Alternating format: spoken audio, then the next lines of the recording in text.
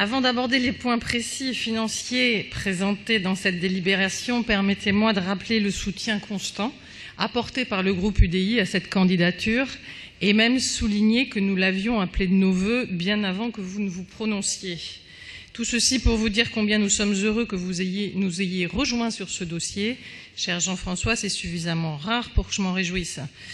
Depuis, le comité de candidature coprésidé par Bernard Lapassé et Tony Estanguet œuvre avec sérieux et les éléments qui sont portés à notre connaissance lors des réunions du groupement d'intérêt public sont tout à fait satisfaisants, qu'il s'agisse de l'utilisation des sites parisiens existants ou des projets d'investissement en Seine-Saint-Denis.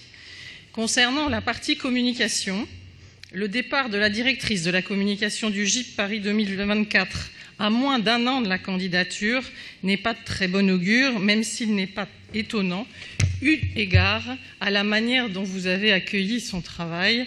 Lors de la présentation du plan de com, il s'est davantage agi de votre part d'un désengage en règle que d'échanges co-constructifs. Toujours dans la partie communication, la séquence Jeux de Rio paraît avoir bien fonctionné et nous attendons avec impatience un bilan de vos séjours sur place, un retour chiffré et précis de la fréquentation de l'Espace France, ainsi qu'une évaluation de l'action des différentes sphères d'influence.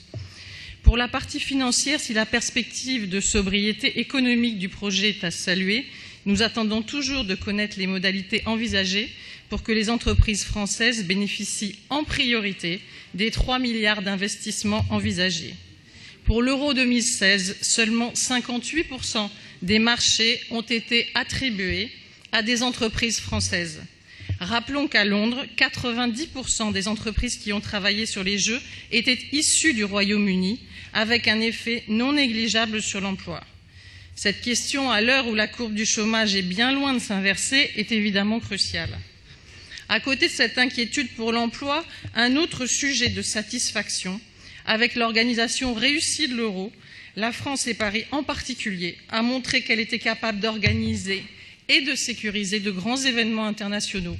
Ce fut au prix d'un engagement exceptionnel des forces de l'ordre, policiers, gendarmes, militaires, de sécurité civile, que je tiens à saluer à cette occasion, mais aussi la preuve d'une réelle compétence. Enfin, l'abandon quasi définitif de la candidature de Rome, la maire Virginia Raggi ayant annoncé le 21 septembre dernier que cette candidature serait irresponsable, fait qu'il ne reste plus que 3 concurrents en course, Paris, Los Angeles et Budapest. Permettez-moi de me préoccuper principalement de la candidature de Los Angeles, notre concurrent le plus redoutable, qui dispose d'arguments de poids, avec notamment la force de la Silicon Valley pour l'innovation, d'Hollywood pour le glamour, du campus de UCLA pour son village olympique et de manière générale d'une avance indéniable concernant les préoccupations écologiques. Celle-ci mise sur l'énergie solaire, avec notamment l'installation de 4000 hectares de panneaux solaires sur les sites susceptibles d'accueillir les compétitions. Du point de vue environnemental, la candidature de Paris semble à la traîne et ne peut se contenter de décréter vouloir des Jeux avec un impact zéro carbone. Comme en amour, déclarer ne suffit pas, il faut aussi savoir donner des preuves. Sur ce point précis, je souhaite attirer votre attention sur Roland-Garros, qui reste le caillou dans la chaussure de la candidature parisienne. Les dirigeants actuels de la Fédération française de tennis semblent bien confiants en la réponse du Conseil d'État attendue incessamment et s'apprêtent à porter les premiers coups au cerf d'Auteuil. Un tel acharnement contre un jardin classé serait un signal écologique désastreux et particulièrement malvenu, alors que des solutions alternatives existent. Oui, il est possible d'agrandir et de moderniser dans les délais Roland-Garros, avec notamment plusieurs courts couverts, tout en préservant la richesse environnementale de ses alentours. Aussi, je vous en conjure, ne mettez pas en péril le volet environnemental de la candidature de Paris.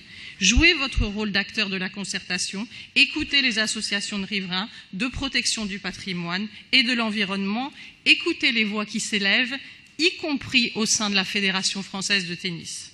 Ne prenez pas le risque d'entacher la candidature de Paris avec des images de bulldozers s'attaquant à un patrimoine inestimable.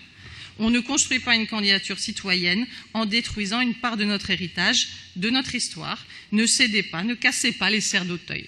Je vous en remercie.